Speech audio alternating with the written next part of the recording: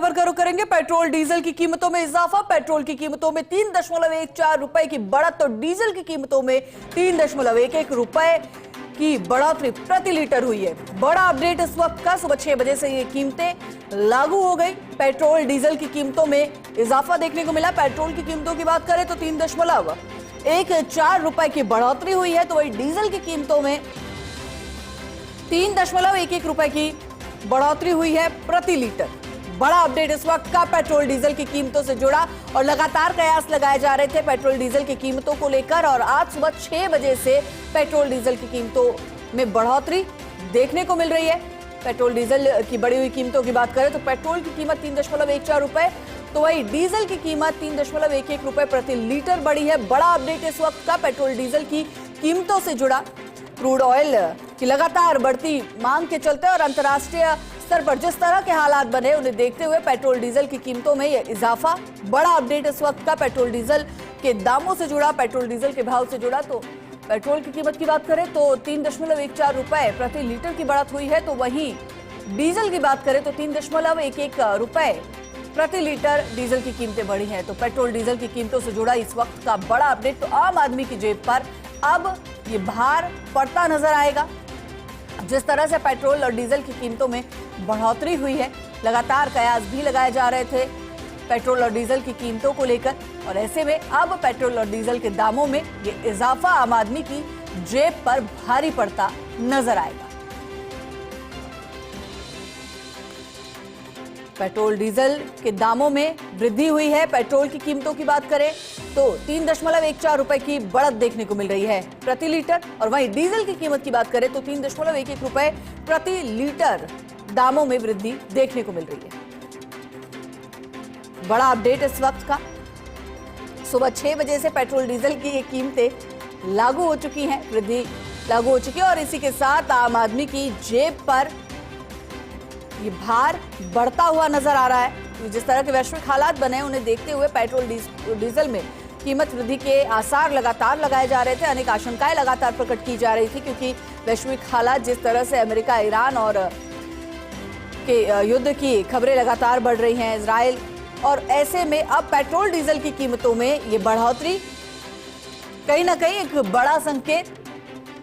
सुबह 6 बजे से पेट्रोल डीजल की कीमतें लागू हो चुकी हैं। पेट्रोल की कीमत की बात करें तो 3.14 रुपए की वृद्धि प्रति लीटर देखने को मिल रही है, तो वही डीजल की कीमतों में 3.11 रुपए की वृद्धि प्रति लीटर देखने को मिल रही है। तो इस वक्त का बड़ा अपडेट पेट्रोल डीजल की कीमतों से जुड़ा, पेट्रोल डीजल के दामों से जुड़ा।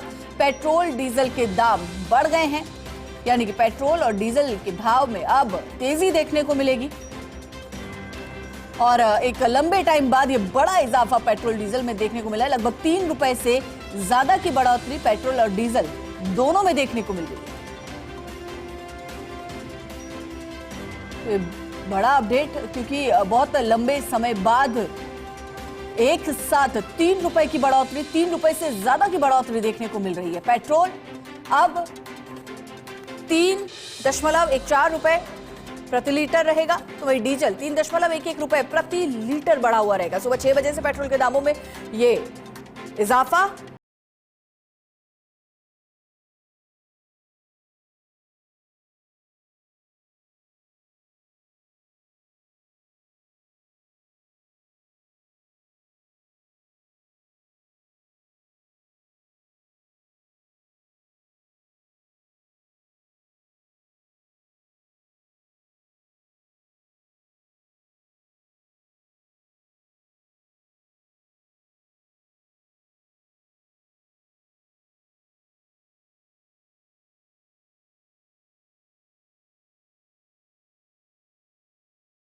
है वो जिस तरह से प्रभावित होता नजर आ रहा है, तो उसी को देखते हुए लगातार अंदाजा लगाया जा रहा था कि जो भाव है वो बढ़ते नजर आएंगे, और आज वो भाव बढ़ भी गए। खबर पर ज्यादा जानकारी के लिए एसोसिएट एडिटर निर्मल तिवारी हमारे साथ जुड़ गए। निर्मल जी, लगातार अंदाजा लगाया जा रहा था पेट्रोल डीजल की कीमतों को लेकर, और आज 3 रुपए से ज्यादा का इजाफा देखने को मिल रहा है। निश्चित तौर पर देखिए, जैसा कि मैंने पहले भी हमने कहा है, बार बार कहा है कि बंगाल और सहित जो 5 राज्यों के चुनाव थे, तब तक ऐसी स्थिति लग रही थी कि चुनाव के तुरंत बाद ही ये दाम बढ़ जाएंगे, लेकिन कुछ दिन इंतजार किया गया और उसके बाद आज ये दामों में वृद्धि देखने को मिल रही है। खास बात देखिए कि अगर हम प्रदेश में बात करें तो पेट्रोल के दाम जो 104 रुपए 90 पैसे प्रति लीटर अभी तक थे, उसमें 3 रुपए 14 पैसे की वृद्धि कर दी गई है। जबकि डीजल की बात करें जो 90 रुपए 37 पैसे जो प्रति लीटर के जो दाम थे, उसमें 3 रुपए 11 पैसे की वृद्धि कर दी गई है।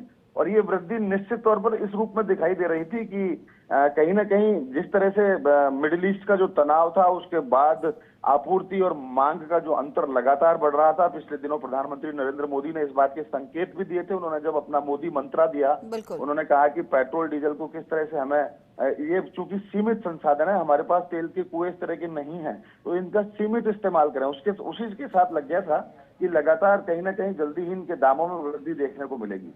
देखिए, अगर हम पिछली बार की बात करें तो 15 मार्च 2024 को जो था, उस समय पेट्रोल डीजल के जो दामों में कमी की गई थी, उसके बाद से लगातार दाम स्थिर थे।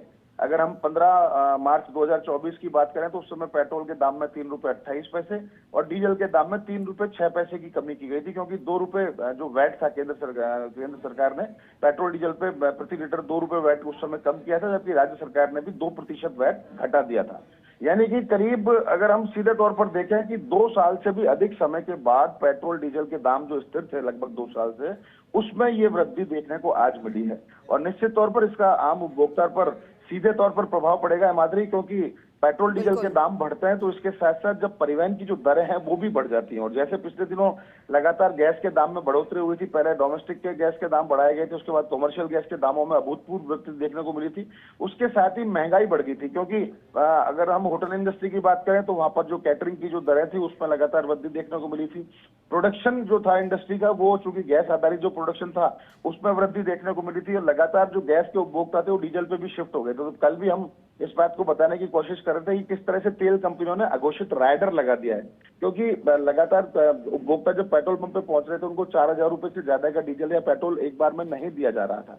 जबकि तेल कंपनियों ने जो जितने भी डीलर्स थे उनको पिछले साल जो मई का कोटा था उससे बिल्कुल ऊपर बढ़ाने के साफ तौर पर मना कर दिया था कि इसके ऊपर इस कोटे को नहीं बढ़ाया जाएगा, भले ही मांग कितनी भी बढ़ जाए। तो ये अवश्यंभावी लग रहा था कि लगातार जो दाम है वो बढ़ेंगे और आम उपभोक्ता पर इसका सीधा तौर पर इसका असर पड़ेगा। और हालांकि अपेक्षित ये भी था कि दामों में इनसे ज्यादा की कहीं वृद्धि हो सकती थी, लेकिन केंद्र सरकार ने चूंकि आम जन को राहत देने की बात दी और जिस तरह से लगातार प्रधानमंत्री केंद्र के नेतृत्व में केंद्र सरकार पूरी संवेदनशील है, तो उसी कारण से रहा कि पेट्रोल डीजल की जो दरें हैं उनमें नियंत्रित वृद्धि की गई है। अनियंत्रित वृद्धि इसको नहीं माना जाएगा, क्योंकि 3 रुपए 14 पैसे पेट्रोल में और 3 रुपए 11 पैसे डीजल की वृद्धि को कहें तो ये अनियंत्रित वृद्धि नहीं है, नियंत्रित वृद्धि ही है।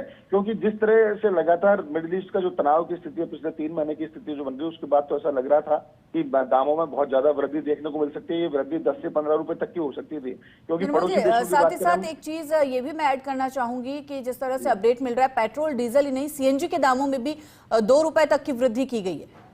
देखिए, सीएनजी के दाम की वृद्धि की बात बताएं, उससे पहले भी, क्योंकि अभी पिछले 4-5 दिन पहले ही अगर हम जयपुर की बात करें तो टोरेंट जो गैस थी, जो पीएनजी जो दी जाती है, उसमें पीएनजी में भी वृद्धि की गई थी 2 रुपए की, और अब सीएनजी में भी इसके साथ वृद्धि की गई है। तो ये तो चूंकि 60% हम अगर गैस या पेट्रोलियम उत्पादों की बात करें तो 60% हम आयात करते हैं, इंपोर्ट करते हैं। और जिस तरह से हॉर्मुज स्ट्रेट को लगातार वहां पर रोक रखा है, वहां से परिवहन नहीं हो पा रहा गैस का, पेट्रोलियम पदार्थों का, तो उसके बाद तो निश्चित लग रहा था कि निश्चित तौर पर वृद्धि होगी। और ये माधुरी, इसमें समझने वाली बात ये भी है कि हमारे जितने भी पड़ोसी देश, हम पाकिस्तान की बात करें, श्रीलंका, बांग्लादेश की बात करें, या उससे आगे हम चाइना या किसी दूसरे देशों की तरफ जाएं, तो वहां जो वृद्धि देखने को मिली है पेट्रोल डीजल में वो कहीं ज्यादा है। जिस तरह से हमारे यहाँ 3 रुपए 14 पैसे, 3 रुपए 11 पैसे, तो कई देश ऐसे हैं जहां ये वृद्धि 50 रुपए से ज्यादा की देखने को मिली है। तो निश्चित तौर पर नियंत्रित वृद्धि है, लेकिन इसका सीधा असर परिवहन पर पड़ेगा, सीधा असर खाद्यान्न उत्पादन पर पड़ेगा, सीधा असर उद्योगों पर पड़ेगा। क्योंकि जैसे ही दरें बढ़ती हैं, अगर 3 रुपए दर बढ़ती है तो आप ये मानिए